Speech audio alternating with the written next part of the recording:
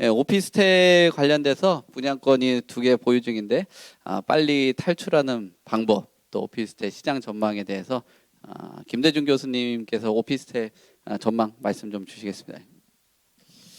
우리나라에서 집을 가진 사람과 안 가진 사람이 제가 5대5라 그랬습니다. 50%는 집을 있지만 50%는 집이 없습니다. 서울시에는 이제 우리가 주택을 거주하는 비율은 한 100% 됩니다. 근데 사람들 아파트에 살고 싶어 합니다.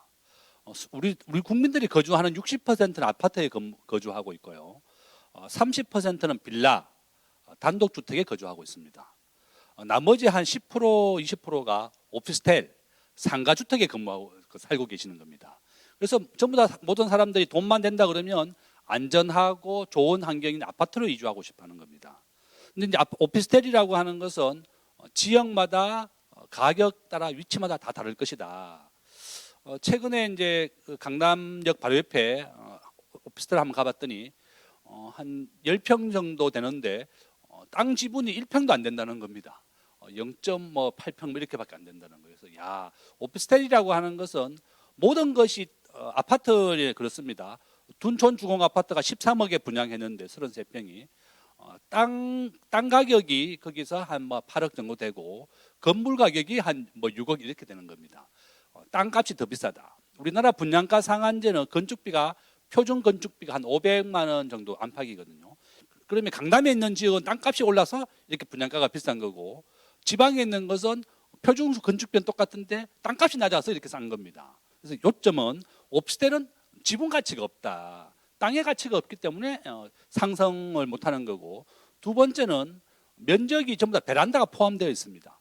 주상복합이 또 마찬가지지만 아파트는 그러나 베란다 면적은 별도로 되어 있거든요. 우리가 전용 18평은 베란다 면적 7을 더해서 25평이고 아파트 33평은 전면 면적 25에다가 베란다 7을 더해서 32평이다. 그래서 저는 가지고 계신 오피스텔을 지역이나 위치나 이런 것에 따라서 다를 것이고, 과거에 용산역 바로 옆에 있던 오피스텔 트럼프 타워라고 있습니다.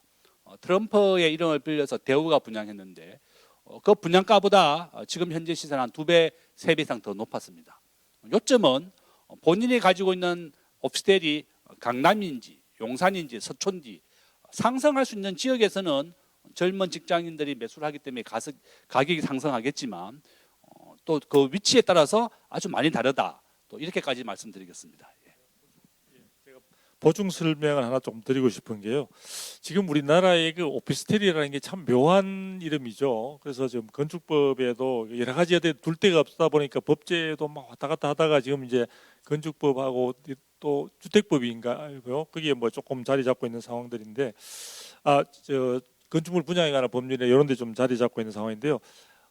조금 오해를 하시면 안 되는 게, 이제 주택의 경우에 있어서는 말 그대로 자산 가치 증가를 기대를 많이 하세요. 또 그리고 뭐 실질적으로 우리가 시간이 지남에 따라 주택 가격은 흔히 이제 분양 시절보다는 가격이 시세가 오르는 경우들이 대부분이고, 그래서 그 자산 가치의 변화 부분들을 하나의 오로지 자기의 소득으로 어떤 수익으로 확보하는 게 굉장히 좋은 방안들인데요.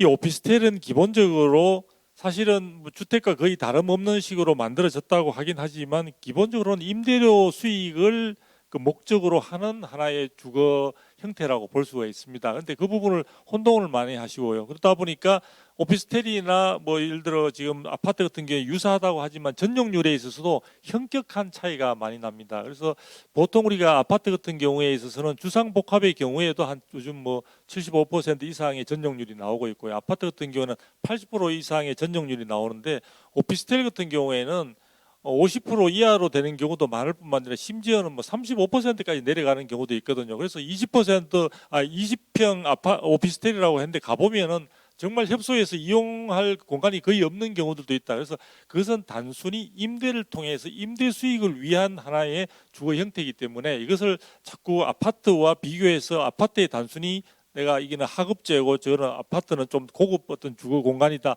이렇게 보시는 것은 전체적인 오피스텔을 제대로 이해하지 못하신 거다. 그래서 오피스텔을 구입하거나 확보할 계획이 계시면은 나는 이것을 통해서 일정한 기간 동안 주변의 여러 가지 임대 수요를 감안해서 임대 소득을 내가 주 목적으로 해서 내가 구입을 해야 된다는 것을 가지고 충분히 염두에 두고 판단하시면 좋을 것 같습니다.